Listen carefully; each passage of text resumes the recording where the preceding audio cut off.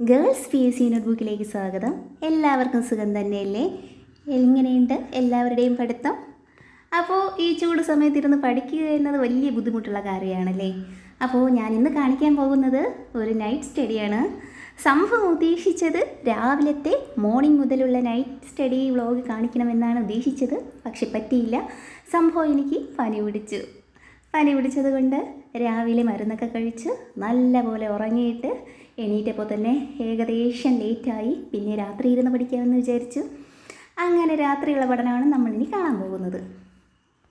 പഠനം തുടങ്ങിയപ്പോൾ നല്ല ഉഷാറുണ്ടായിരുന്നേ. ഞാൻ എന്നെ തന്നെ അപ്രിഷ്യേറ്റ് ചെയ്യുമായിരുന്നു.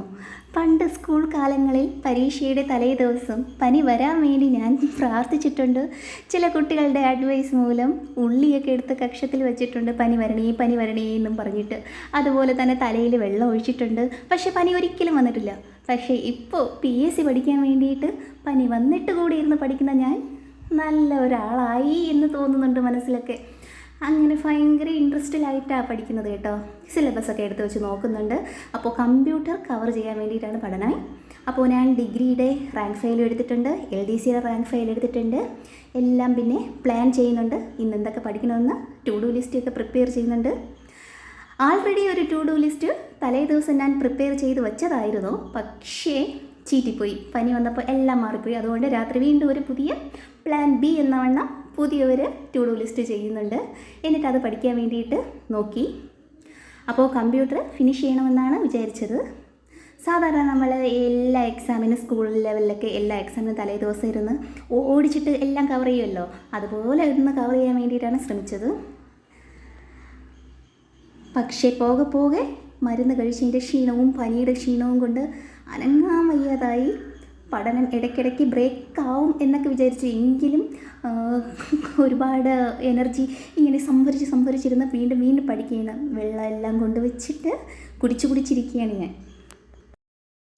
എത്രയൊക്കെ പറഞ്ഞാലും തന്നെ നമ്മൾ ഫിസിക്കലി സ്ട്രോങ് അല്ലെങ്കിൽ, അതായത് നമ്മുടെ ശരീരത്തിന് സുഖമില്ലെങ്കിൽ റെസ്റ്റ് കൊടുക്കുക തന്നെ വേണം, അല്ലെങ്കിൽ മുട്ടം പണി കിട്ടും. ഇന്നിനി എന്നെ കൊണ്ട് പഠിക്കാൻ കഴിയില്ലെന്ന് മനസ്സിലാക്കിയതോടെ അന്നത്തെ പഠനം ഡ്രോപ്പ് ചെയ്തു. പിന്നെ പിറ്റേ ദിവസമാണ് പഠിക്കാനിരുന്നത്.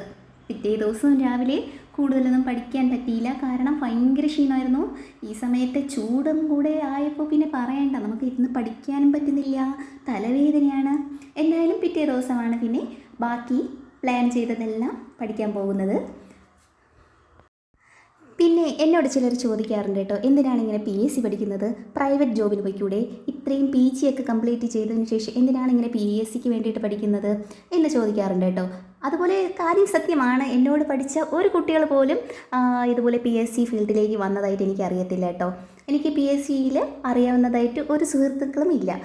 ഞാൻ സെൽഫ് സ്റ്റഡി തന്നെയാണ് ചെയ്യുന്നത്. അപ്പോൾ എനിക്ക് ഗവൺമെൻറ് ജോബ് ഇഷ്ടമാണ്. അതുകൊണ്ടാണ്. സാലറി കുറവാണെന്ന് എനിക്കറിയാം.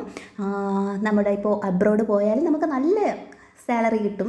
പക്ഷേ എന്തുകൊണ്ടെന്നാൽ നമുക്ക് ഒരു ഗവൺമെൻറ് സർവൻറ്റിനെ കാണുമ്പോൾ നമ്മൾ അവർക്ക് കൊടുക്കുന്ന ഒരു ബഹുമാനമായാലും ജോബ് സെക്യൂരിറ്റി ആയാലും അതൊന്നും പ്രൈവറ്റ് ജോബിൽ കിട്ടത്തില്ല.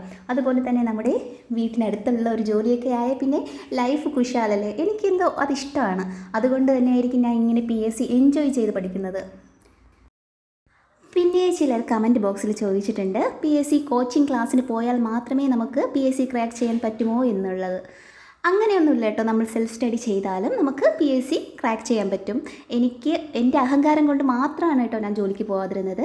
കാരണം എനിക്ക് PSCയിൽ എനിക്ക് പോലീസിൻ്റെതായാലും എക്സൈസിലൊക്കെ കിട്ടിയതാണ്. എന്നിട്ടും ഫിസിക്കലുള്ളത് കൊണ്ട് മാത്രം ഞാൻ പോയില്ല. എൻ്റെ കൂടെ കയറിയവർ ഇപ്പോൾ ജോലിയിലിരിക്കുന്നുണ്ട്.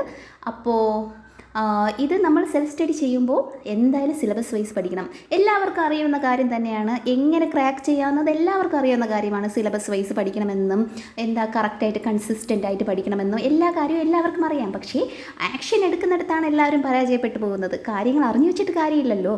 നമ്മളതിനൊരു ആക്ഷൻ കൊടുത്താലല്ലേ നമുക്കതിൻ്റെ ഒരു ഔട്ട്പുട്ട് കിട്ടത്തുള്ളൂ.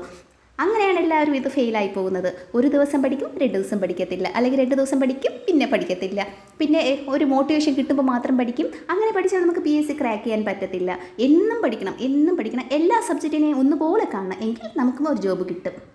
പിന്നെ കോച്ചിങ്ങിന് പോവുകയാണെങ്കിൽ നമ്മൾ അവിടുത്തെ പണിഷ്മെൻറ്റ് പേടിച്ചിട്ടെങ്കിലും പഠിക്കും, ഡെയിലി പഠിക്കും. അപ്പോൾ അവർ തരുന്ന പോർഷൻസ് എല്ലാം പഠിച്ച് കവർ ചെയ്യും.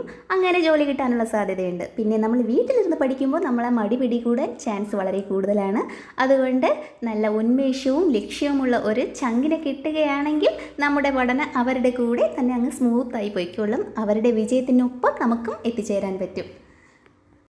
PSC പഠിക്കാൻ കൂടെ ആരും ഇല്ലെങ്കിലും നമുക്ക് പഠിക്കാൻ പറ്റും. ഈ PSC എന്ന് പറയുന്നത് ബാലികേറ മലയൊന്നും അല്ലല്ലോ.